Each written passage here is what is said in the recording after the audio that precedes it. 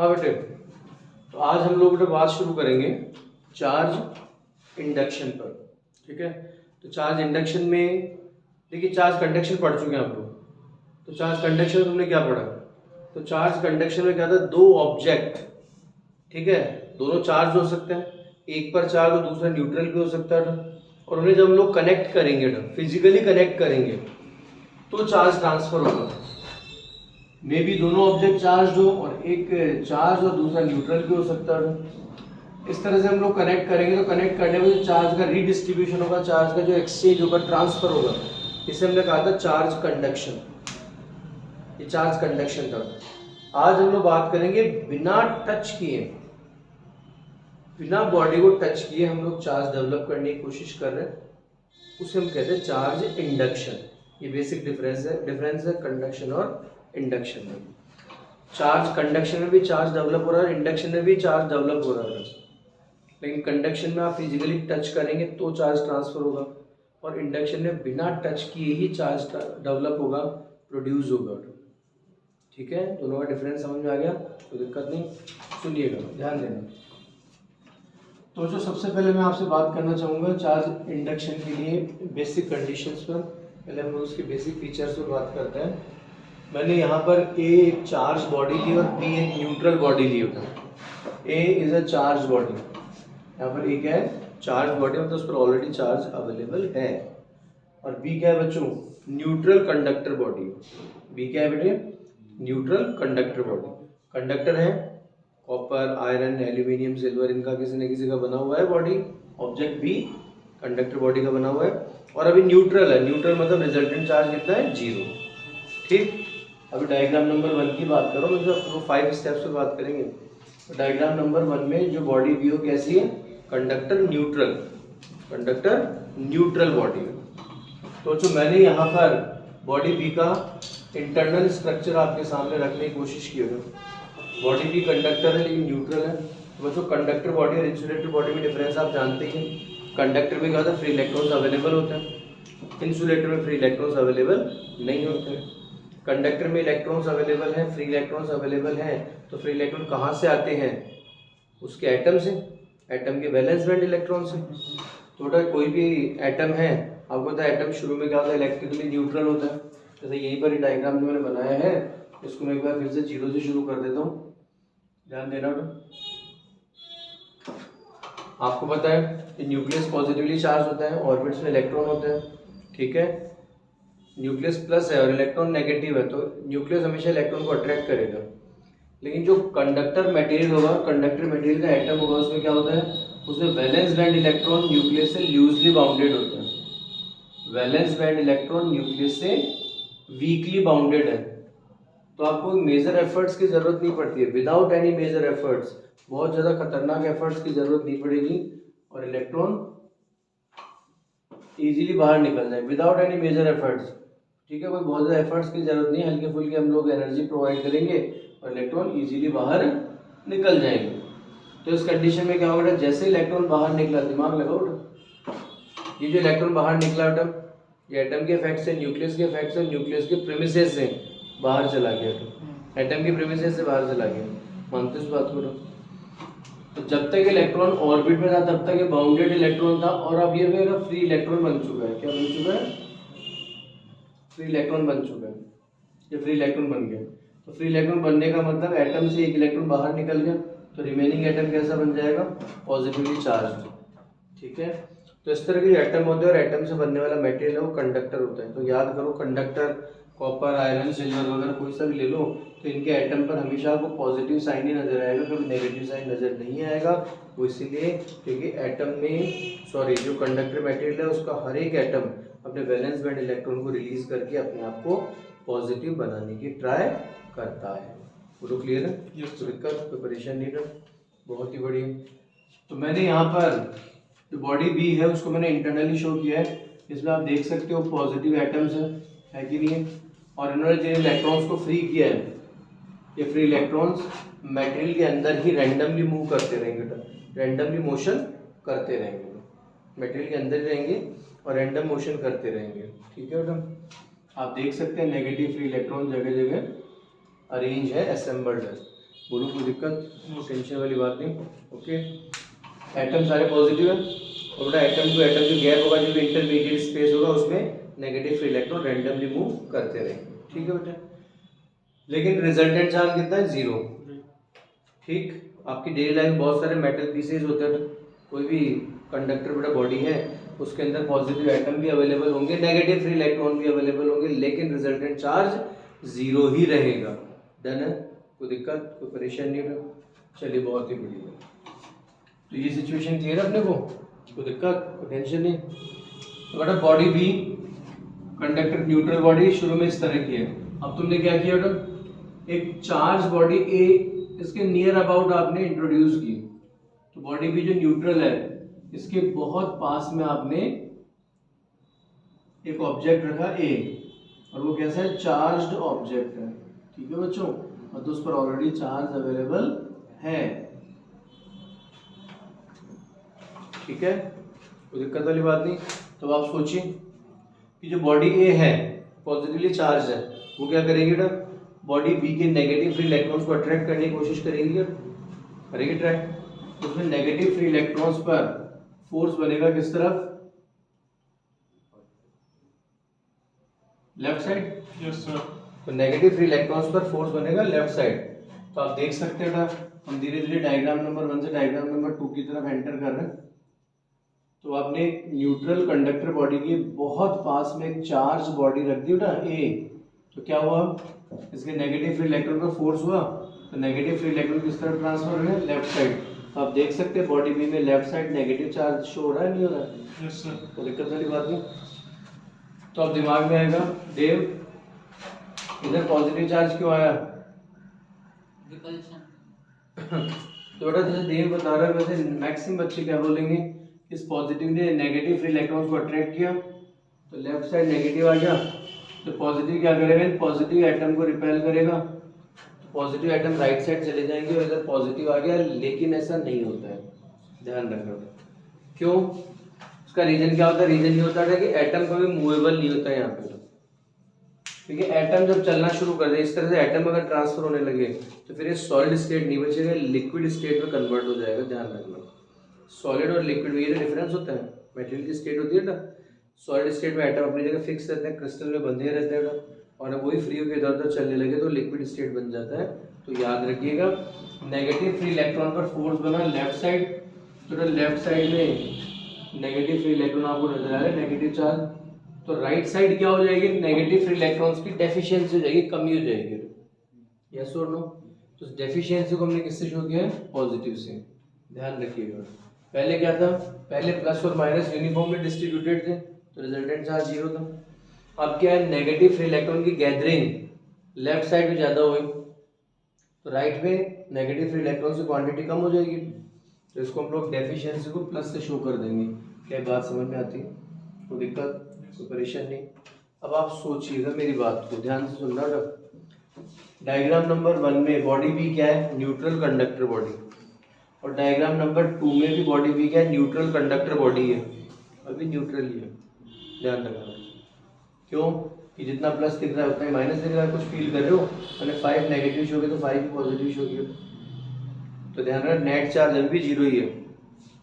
लेकिन बिना टच किए आपने बॉडी बी पर चार्ज डेवलप करने की कोशिश शुरू कर दी है, that is the charge induction. इसी को चार्ज इंडक्शन कहा जाता है।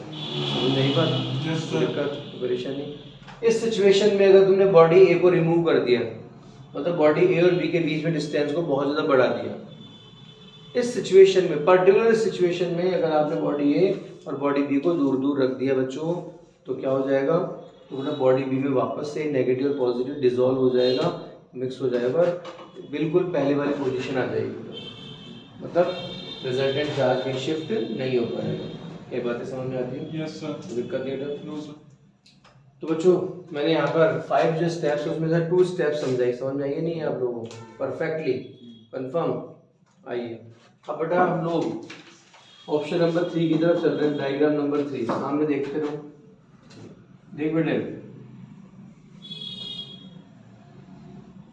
अर्थ जो होती है उसका पोटेंशियल कितना होता है? 0, और उसका कैपेसिटेंस कितना होता है? इनफाइनाइट। याद रखना, दो कॉन्सेप्चुअल कंडीशन तो आपके सामने ही लिखी हुई है, ये दोनों कॉन्सेप्चुअल प्रॉब्लम्स आती है ना, बोर्ड एग्जाम में आए हुए क्वेश्चन है, दिमाग में रखना।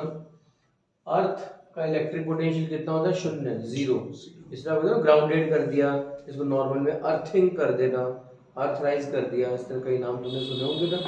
तो वो बच्चों अर्थ का रिजल्टेंट पोटेंशियल कितना होता है? शून्य, याद रखिएगा। और अर्थ का इलेक्ट्रिक कैपेसिटेंस मतलब चार्ज को स्टोर करने की कैपेसिटी कितनी होती है बच्चों? इनफाइनाइट। अर्थ अपने अंदर इनफाइनाइट अमाउंट ऑफ पॉजिटिव और इनफाइनाइट अमाउंट ऑफ नेगेटिव को डाइजेस्ट कर सकता है, याद रखिएगा। अर्थ का कैपेसिटेंस कितना बच्चों? इनफाइनाइट। आप सोचिए, दिमाग लगाइए, तो इनकेस अगर यहाँ कोई इलेक्ट्रिक वायर ग्राउंड को टच कर जाए, ठीक है, पूरी जयपुर सिटी में इलेक्ट्रिक करंट फैल जाएगा क्या? नहीं ना। क्या पूरे बरकंदर फैल जाएगा? नहीं ना। समझ रहे हो तुम? एक अर्थ के अपने आप में इनफाइनाइट अमाउंट ऑफ कैपेसिटेंस रखता है।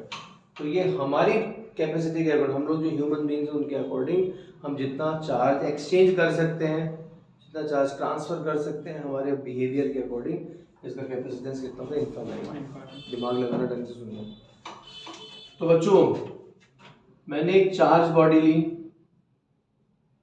नेगेटिवली चार्ज बॉडी, और ये चार्ज बॉडी ली, पॉजिटिवली चार्ज बॉडी है। दिमाग लगाना। तो मैंने दो ऑब्जेक्ट लिए, नेगेटिवली चार्ज बॉडी और पॉजिटिवली चार्ज बॉडी, ठीक है। देव ढंग से बैठो, अब ध्यान देना बेटा। अगर आपने नेगेटिवली चार्ज बॉडी को अर्थ से टच कर दिया, बेटा ये जो सिंबल होता है ना, सिंबल होता है ग्राउंडेड कनेक्शन। ध्यान रखना, स्टैंडर्ड सिंबल होता है। इसको कहीं देखोगे तो क्या है, दिमाग में क्लिक करेगा? सेल और बैटरी। और बेटा कभी अगर इस तरह का डायग्राम दिख जाए तो इसका मतलब होता है ग्राउंडेड कनेक्शन, अर्थराइज। समझ गए? ओके, ध्यान से सुनना। तो अगर अर्थ से तुमने नेगेटिवली चार्ज बॉडी कनेक्ट कर दी तो क्या होगा? इस पर जितना भी ये नेगेटिवली चार्ज बॉडी है, इसका मतलब एक्स्ट्रा इलेक्ट्रॉन्स अवेलेबल है। तो जितने भी इलेक्ट्रॉन्स एक्स्ट्रा हैं वो सारे के सारे कहाँ चले जाएंगे? अर्थ में चले जाएंगे, और फाइनली बॉडी न्यूट्रल हो जाएगी। फाइनली बॉडी न्यूट्रल हो जाएगी। बताओ, समझेंगे? तो दिक्कत नहीं है। इस तरह से पॉजिटिवली चार्ज बॉडी, उसको आपने अर्थ से कनेक्ट कर दिया तो सारा का सारा पॉजिटिव चार्ज कहाँ चला जाएगा?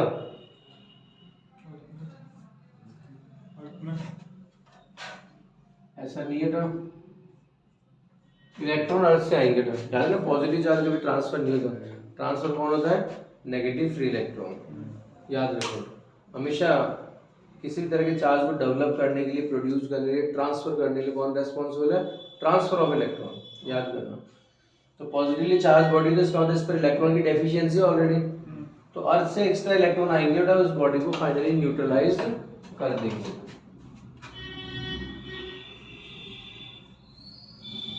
तो दिमाग लगाओ, ढंग से सुनो। तो अगर तूने पॉजिटिवली चार्ज बॉडी अर्थ से टच की तो भी न्यूट्रल होगी, और नेगेटिवली चार्ज बॉडी अर्थ से टच की तो भी न्यूट्रल ही होगी, लेकिन न्यूट्रलाइज होने की प्रोसेसिंग अलग अलग हो जाएगी। Electron transfer to the earth, electron transfer from earth. Conditions पर ध्यान देना, ठीक है बच्चों। अब डायग्राम नंबर 3 को आप इजीली डाइजेस्ट कर सकते हो। आपने क्या किया है बेटा, आपने जो डायग्राम नंबर 2 में जो बॉडी बी है, इस बॉडी बी के अपोजिट सरफेस को, आउटर सरफेस को आपने क्या किया? ग्राउंडेड कर दिया है। अब आप सोचो ना, अगर मैं इसको ग्राउंडेड कर दूं तो ग्राउंडेड करते क्या हो जाएगा ना? ये पॉजिटिव चार्ज टर्मिनेट हो जाएगा, नहीं हो जाएगा? Yes sir. न्यूट्रलाइज हो जाएगा। कोई दिक्कत, कोई परेशानी नहीं? अब दिमाग में आ रहा है, ठीक है, इधर का पॉजिटिव टर्मिनेट हो गया, समझ में आ गया, लेकिन इधर का नेगेटिव तो होना चाहिए था। नहीं बेटा, ये इस प्लस से अट्रैक्ट है, इस प्लस से अट्रैक्ट। समझ गए? डायग्राम नंबर 3, कोई परेशानी तो बोलो, कोई टेंशन, कोई परेशानी नहीं होता। डायग्राम नंबर 4 आई, कोई डाउट? वो दोनों को एक साथ जोड़ दे और से तब क्या होगा? इन दोनों को, एक वो पॉजिटिव वाले और नेगेटिव वाले को, इसको इससे आप जोड़ो ना, तब भी वो इलेक्ट्रॉन्स में जाएंगे। हाँ हाँ, अर्थ बहुत बड़ा ऑब्जेक्ट है, तो बेटा अर्थ हमारे लिए इनफाइनाइट अमाउंट है, ठीक है ना। देखिए ध्यान दीजिए, तो डायग्राम नंबर 4 पर आते हैं। डायग्राम नंबर 4 में कुछ खास नहीं किया बेटा, ए और बी एज इट इज रखे हैं, बस ये ग्राउंडेड कनेक्शन हमने रिमूव कर दिया। तो डायग्राम नंबर 4 में आप देख सकते हैं ए पर जो पॉजिटिव चार्ज था एज इट इज है और बी पर नेगेटिव चार्ज भी एज इट इज है। ग्राउंडेड कनेक्शन आप रिमूव कर चुके हैं। और फाइनली जो डायग्राम नंबर 5 है बच्चों, डायग्राम नंबर 5, इसमें आपने क्या किया था, बॉडी ए को रिमूव कर दिया यहाँ से। तो बॉडी ए को रिमूव कर देंगे तो बॉडी बी पर कितना चार्ज है, ओनली नेगेटिव चार्ज दिख रहा है और माइनस एक दूसरे को रिपेल करेंगे, रिपेल करें तो क्या होगा, यूनिफॉर्म डिस्ट्रीब्यूशन हो जाएगा। तो आप देख सकते हैं बॉडी बी के आउटर मोस्ट सरफेस पर यूनिफॉर्म डिस्ट्रीब्यूशन हो गया चार्ज का। समझ गए नहीं समझे? तो आपने बॉडी बी को किसी चार्ज बॉडी से टच नहीं किया, केवल उसके इन्फ्लुएंस में रखा और इन्फ्लुएंस में रख के ही आपने न्यूट्रल कंडक्टर बॉडी को फाइनली चार्ज कर दिया, इस पर चार्ज डेवलप कर दिया। इस इफेक्ट को, इस प्रोसेसिंग को क्या बोलते हैं, चार्ज इंडक्शन। ठीक है, तो दिक्कत नहीं। सेकेंड थिंग, जब भी कंडक्शन होता है बच्चों ध्यान देना, जब भी चार्ज कंडक्शन होता है, सुनिएगा बच्चों, इससे पिछला टॉपिक आपने कंडक्शन पढ़ा है। तो जब भी चार्ज कंडक्शन होता है तो कंडक्शन में क्या होता है, कंडक्शन में एक चार्ज बॉडी है, ठीक है, उसको तुमने न्यूट्रल बॉडी से कनेक्ट किया तो कनेक्ट करते क्या हो जाएगा, बॉडी ए से चार्ज ट्रांसफर होगा बी में। तो जो बॉडी ए है उसके चार्ज में चेंज आता नहीं आता, मानते इस बात पर। लेकिन यहाँ पर ध्यान दीजिएगा, आप देख रहे हैं कि ए चार्ज बॉडी है, बी न्यूट्रल बॉडी है। ए जितना शुरू में चार्ज था उतना ही लास्ट तक है, ए के चार्ज में कोई चेंजेस नहीं है। और जो बॉडी बी है वो बिना ए से कॉन्टैक्ट में आए ही चार्ज हो गई। इस इफेक्ट को बोलते हैं चार्ज इंडक्शन। समझ में आया नहीं है? Yes sir. कन्फर्म? Yes, दिक्कत वाली बात नहीं। No sir. तेरा इंडक्शन प्रॉपर्ली डाइजेस्ट हो गया। ये बच्चों काम बहुत आएगा, पॉइंट छोटा सा है लेकिन काम भरपूर आएगा, बहुत ज़्यादा काम आएगा। ठीक है, दिक्कत कोई टेंशन वाली बात नहीं है। तो चलिए इसको पहले नोट कर लेते हैं, लिखिए फटाफट। डायग्राम बना ली तो ठीक है, वरना थोड़ी जगह छोड़ दो डायग्राम के लिए और लिख लो पहले। मैंने चार्ज बॉडी, जल्दी लिखो। when a charged body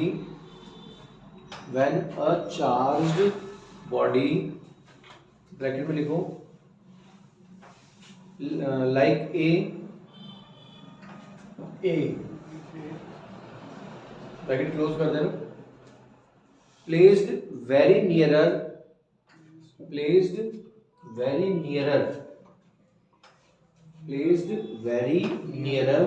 to a neutral conductor body B,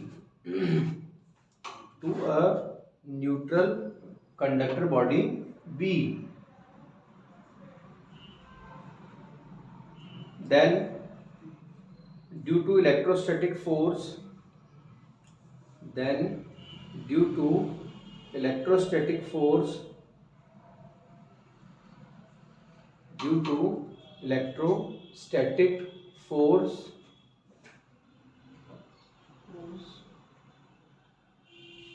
charge of body B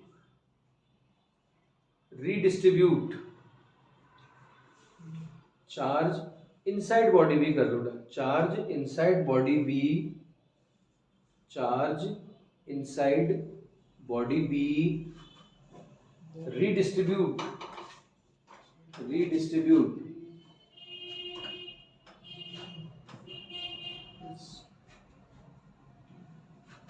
redistribute and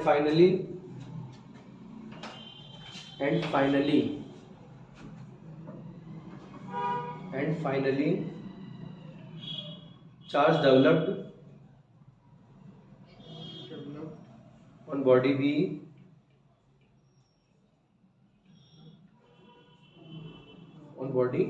which are equal in magnitude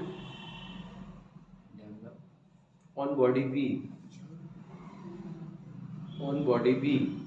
which are equal in magnitude but opposite in nature, which are equal in magnitude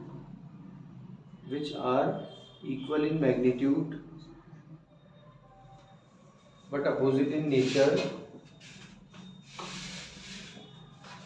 and at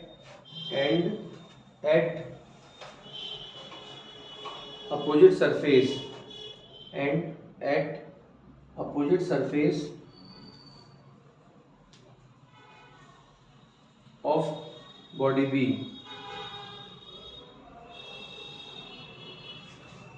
this, चाहो तो paragraph change करके लिखो, this practical phenomena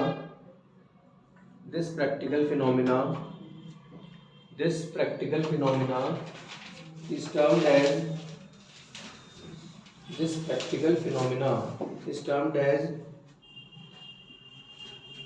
charge induction.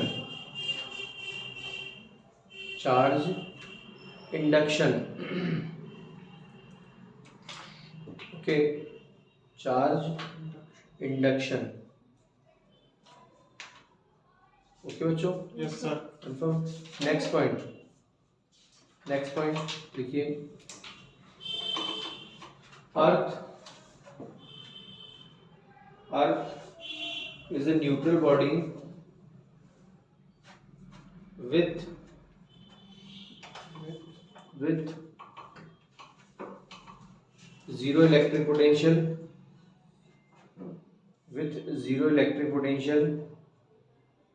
zero electric potential and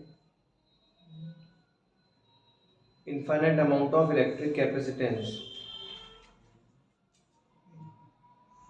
Infinite amount of electric capacitance.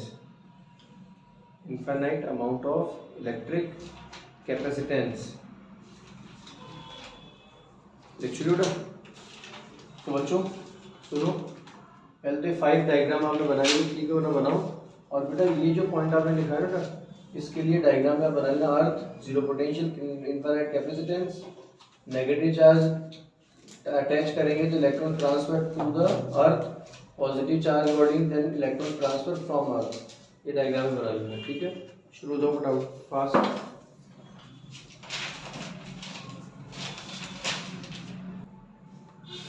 हाँ बेटे, तो charge induction में in case अगर ये जो न्यूट्रल बॉडी कंडक्टर है, तो कंडक्टर बॉडी बी इनिशियली जो न्यूट्रल है, तो हमेशा ध्यान रखना इसमें जो इंड्यूस्ड चार्ज आएगा वो इंड्यूसिंग चार्ज के इक्वल होगा।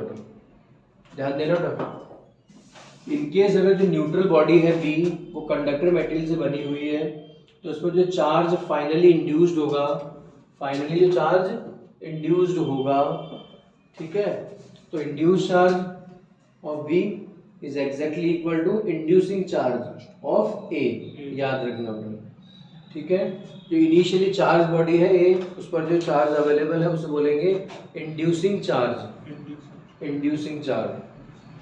और बॉडी बी पर जो चार्ज डेवलप हुआ बिना टच किए, बिना अटैच किए जो चार्ज डेवलप हुआ उसे बोलते हैं इंड्यूस्ड चार्ज। तो हमेशा ध्यान रखना, इनकेस अगर जो न्यूट्रल बॉडी है बी वो कंडक्टर है, तो इस पर जो इंड्यूस्ड चार्ज है और जो इनिशियली इंड्यूसिंग चार्ज था वो दोनों मैग्नीट्यूड वाइज सेम होंगे। आप देख सकते हैं मैंने यहाँ फ्रंट में 5 पॉजिटिव रखे हैं, 5 ही नेगेटिव रखे हुए। ध्यान रखना, डायग्राम में मैंने इस चीज़ को शो किया है। ओके, समझ में आती बात। लेकिन अगर ये जो बॉडी बी है, ध्यान रखना, ये बॉडी बी अगर डाइलेक्ट्रिक मटेरियल से बनी हुई है, इनकेस अगर बॉडी बी डाइलेक्ट्रिक मटेरियल से बनी हुई है, मतलब इंसुलेटर मटेरियल से बनी हुई है, तो इस पर ध्यान देना ना,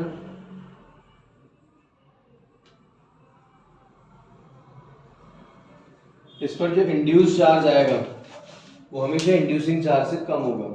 इस बात को हमेशा याद रखना, ठीक है।